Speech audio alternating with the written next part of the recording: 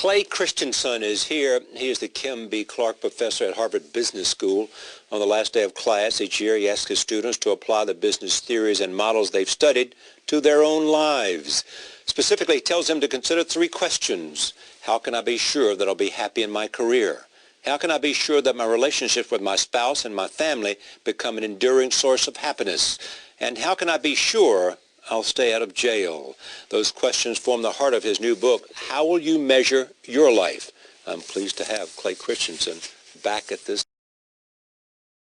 Tell me the story of Jeff Skilling. He was a classmate of yours at Enron. Yeah. What do we learn from observation of him? Well, I knew him when we were at HBS as students together. He's a good guy. Yeah. You never would have imagined that he would take the wrong turn, nor did he imagine that he would take the wrong turn. For reference, this was a man who was a principal executive at Enron and was convicted and sent to prison. And then there was some question about the judgment. Where is he now? Still in jail. Still in jail. Yeah, 25-year sentence or something like that. Yeah, just So pick up your story. I just wanted to make sure the audience understood.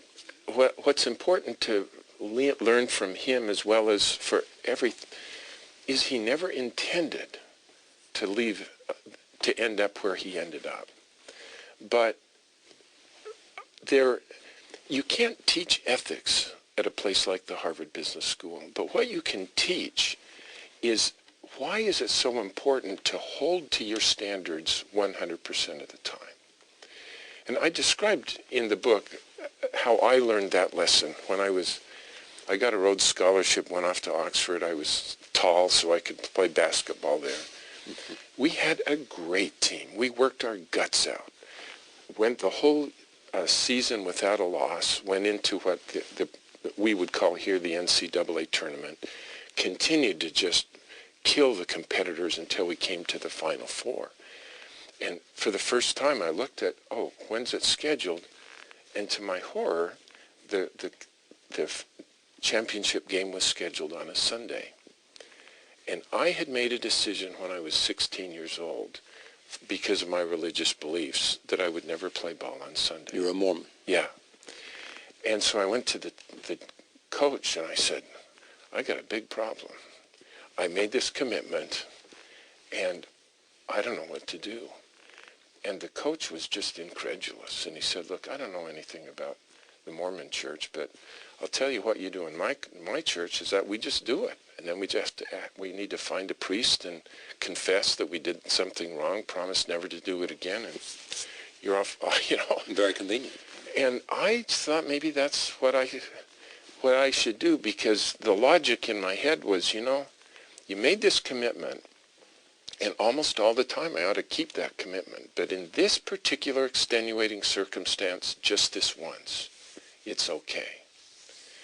And so we won the semifinal game, so we were in the finals. And every member of my team came to me and said, Clay, you just got to play. And I decided I should. Went back to the hotel and knelt in prayer to tell God, I'm going to do this, just this once. And before I could even begin the prayer, I heard an answer in my mind in a complete sentence. And it said, Clayton Christensen, you know what the answer is. Why are you asking the question? And I sat up in the chair and I said, I knew the answer. And so I told the coach I couldn't play. And I look back on that, and it was just one Sunday in thousands of Sundays in my life. And surely, just that once, it would have been all right. It turns out that my whole life has been an unending stream of extenuating circumstances. And if I had gone over that once, the next time it comes up, I have to make the decision again and then again.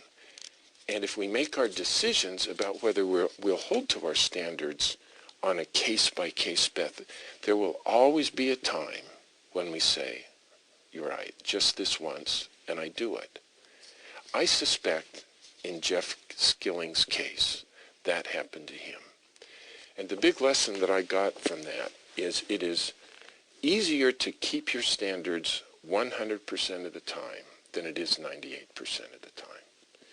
If you make a decision at the beginning, this is my standard, then when these once by once in this particular extenuating circumstance, you can say, already made the decision. You don't have to agonize over it. That's right.